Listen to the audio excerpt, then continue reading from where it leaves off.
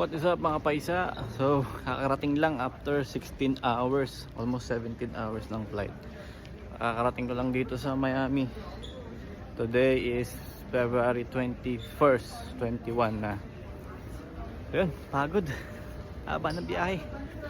So yun, kita-kits na tayo sa hotel mga paisa.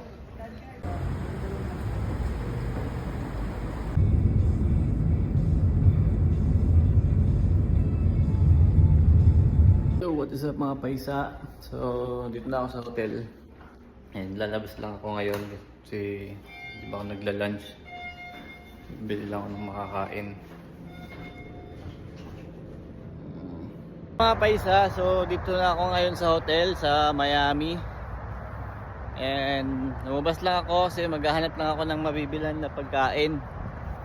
Kasi wala kaming lunch. Ang meron lang kami na free is yung dinner at saka breakfast para bukas bago umalis. So, yun.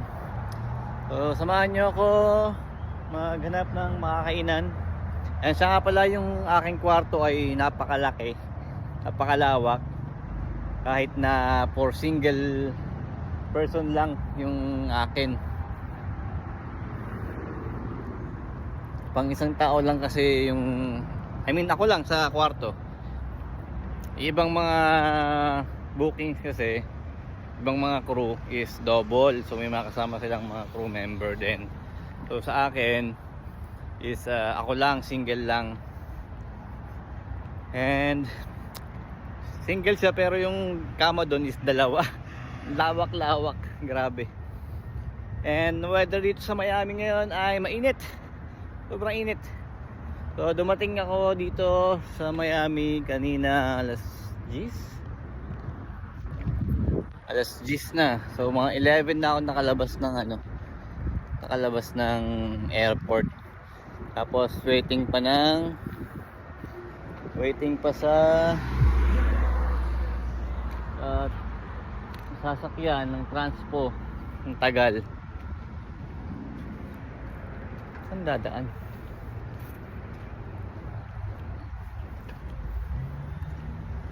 So, ang dami kasi ang hirap ng shuttle kanina.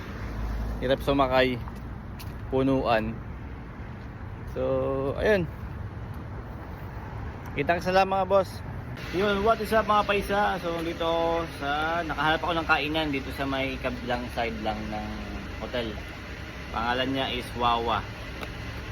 So, nag-order lang ako ng burger. Isang burger na pagkalaki-laki na malamig ang ibabaw. Kanang burger nalo. So yung mga paisa, so bukas pa ako mag-join ng shift. Bali pa pahinga muna ako sa hotel. Bali first time ko nga pala na dumating ng maaga sa hotel. Para makapagpahinga ng mahaba-haba. Kasi dumadating na ako dito mga hapon. Ngayon dumating ako ng maaga. Medyo late na rin naka-check-in. So speaking of, sabi ko, medyo excited ako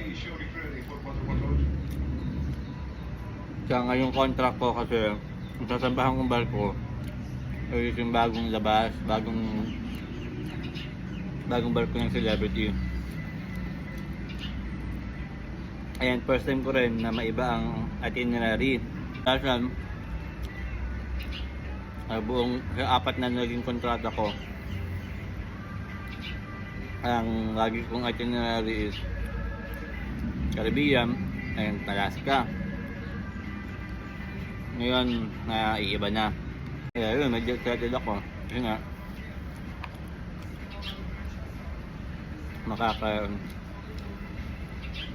experience ako ng ibang lugar, hindi lang puro US.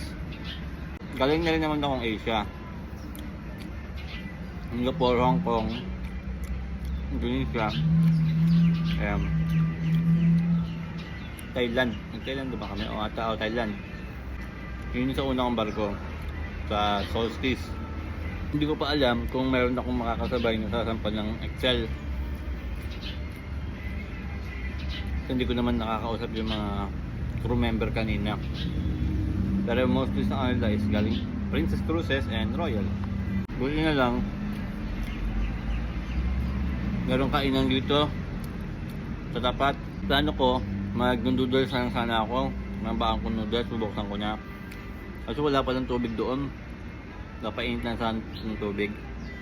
And mamaya, dinner na lang, alas 5. Yun yung pray namin. Yun yung nasa voucher. Buti na lang din, pagka check-in ko, ready na yung room. May ibang crew, pinag-aantay pa. Hindi pa daw nakaraayos. Medyo natagalan lang talaga doon sa transpo, sa shuttle. Kasi konti lang yung shuttle na dumadaan doon. Napapunta rito sa Holiday Inn. Na para, ma'am, hindi naman humihinto. Hindi namin alam kung may sinasagya ba o may sakay o kung ano. Lahat ng burger nila. So what is up mga paisa? So ngayong gabi na. Nakagising-gising ko lang. So 6:30 na ata. So it's time for dinner na. So ito yung aking kwarto. So dalawa yan. Dalawa yung kama pero ako lang mag-isa. Diba? Lawak-lawak. And it's time for dinner. Para magamit na natin ang ating voucher. So mga paisa, so ito yung pagkain buffet. So salmon and chicken.